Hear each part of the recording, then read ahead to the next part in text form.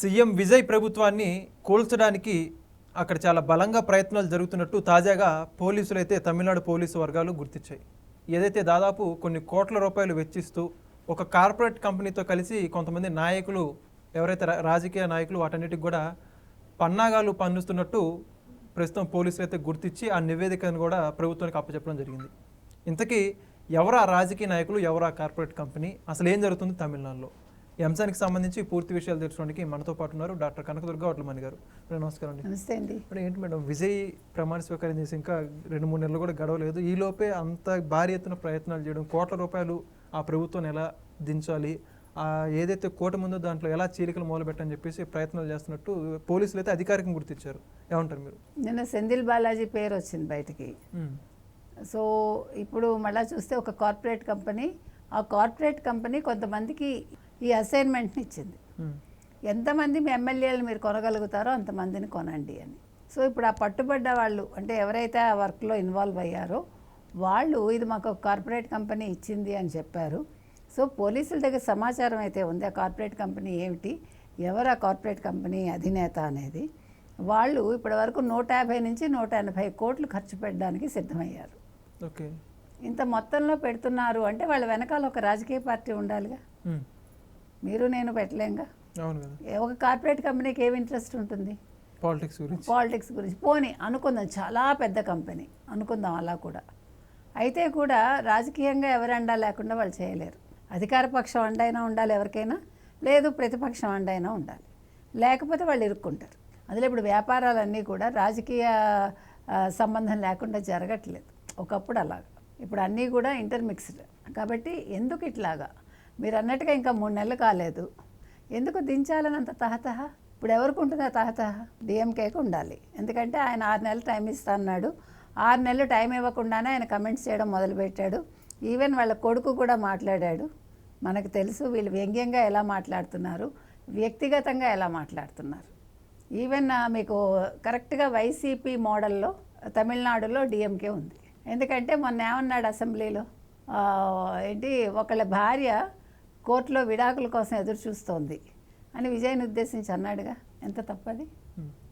ఒక ముఖ్యమంత్రి స్థానంలో ఉండే వ్యక్తి గురించి, అంటే అతని వ్యక్తిగత జీవితం గురించి ఒక అసెంబ్లీలో ఎవరన్నా ప్రస్తావిస్తారా? అలా అనుకుంటే వీళ్ళందరి మీద కూడా చాలా ఎలిగేషన్స్ ఉన్నాయిగా హీరోయిన్స్కి సంబంధించి.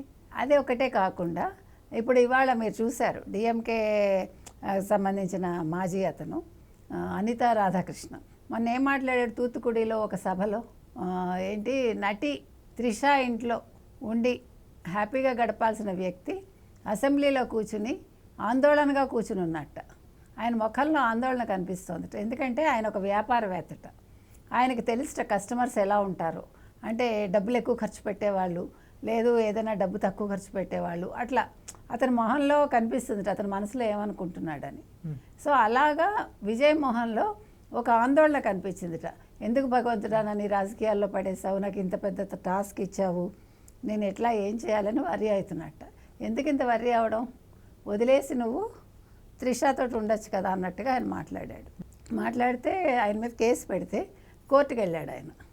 కానీ కోర్టు ఆయనకి బెయిల్ ఇవ్వాల. సో వెంటనే పోలీసులు అరెస్ట్ చేశారు. సో ఇప్పుడు డిఎంకే వాళ్ళేగా మాటలు మాట్లాడారు. నీ కొడుకు మాట్లాడాడు, ఎవరు స్టాలిన్ కొడుకు, మళ్ళీ ఇవాళ ఇతను మాట్లాడాడు. సో దీన్ని బట్టి మనకి ఏం అర్థమవుతుంది, ఆ కార్పొరేట్ కంపెనీ వెనకాల ఈ పార్టీ ఉందా? ఇవాళ వాళ్ళందరూ కూడా క్లియర్గా చెప్పడం జరిగింది. మీరు అన్నట్టుగా ఎందుకంత ఆత్రం? ఇప్పుడు అతను ఒక వెళ్ళలారా ఏదో ఒక కుటుంబానికి సంబంధించిన అతను కదా. సరే ఎవరో ఒకరు, ఒకవేళ ఏ కులం వాళ్ళైతే ఏమైంది, అధికారంలోకి వస్తే ప్రజలు కోరుకున్నారు. ఒక జెన్జీ కిడ్స్ అందరూ కూడా ఈయన కావాలనుకున్నారు. మీకేంటి బాధ, ఏంటి అంత కష్టం ఏంటి? 60-70 సంవత్సరాలు మీరు రాజకీయాల్లో ఉన్నారు. మీ నాన్నగారికి ముఖ్యమంత్రిగా చేశారు, మీరు ముఖ్యమంత్రిగా చేశారు. కొత్త వాళ్ళు వస్తే మీకేంటి బాధ? అంటే మీ పరంపరే ఉండాలా? మీరు ఎంత దోచుకున్నా ఎవడు మాట్లాడకూడదా? మనకు అర్థం కావట్లే. ముఖ్యంగా అసలు వైసీపీ లాగా ఆడవాళ్ళని అనడం ఏంటి, ఆడవాళ్ళని తిడుతూ ఆడవాళ్ళని అంటూ చాలా తప్పది. వ్యక్తిగతాలు తీసుకొచ్చి మాట్లాడటం అనేది. సో మొత్తం మీద ఇవాళ అసలు తమిళనాడులో ఏం జరుగుతుంది, తమిళనాడులో ద్రావిడేతర ఒక పార్టీ వస్తే దాన్ని బతకనివ్వరా, వాళ్ళని ప్రభుత్వం నడపనివ్వరా, కుట్రలు చేస్తారా? అంటే విజయ్ని ఎప్పుడు ఆ కుర్చీలోంచి దింపేద్దామని చూస్తున్నారా. సో విజయ్ నిన్న ఒక పార్టీ టీ పార్టీ ఇచ్చాడు ఆయన. విజయ్ చాలా జాగ్రత్తగా ఆచితూచి అడుగులు వేయాలి. ఎవరు తన వాళ్ళు ఎవరు పరాయి వాళ్ళో తెలియదు. ఒక్కొక్క ఎమ్మెల్యేకి 35 కోట్లు ఇస్తామన్నారని వచ్చింది, కాదు 50 కోట్లు అని అన్నారు. సో అందుకని డబ్బు ఆశ చూపిస్తే వెళ్ళిపోయే వాళ్ళు ఉంటారా, అది అవతల వాళ్ళు కూడా ఆలోచించుకోవాలి. ఇవాళ 50 కోట్లు ఇచ్చి కొంటూ ఉంటే రేపొద్దున మనం వాళ్ళ దగ్గరికి వెళ్ళాక మనకి మంత్రి పదవి వస్తుందా రాదా, అది కూడా ఆలోచించుకోవాలి. కాబట్టి ఇవాళ టీవీకే పరిస్థితి ఏంటి, అసలు తమిళనాడులో ఏం జరగబోతోంది, నిజంగా విజయ్ 6 నెలల కాలం అయినా పూర్తి చేస్తాడా చేయడా ముఖ్యమంత్రిగా అనేది ఇవాళ అక్కడ ఒక ఉత్కంఠగా ఉంది. Thank you madam. Thank you.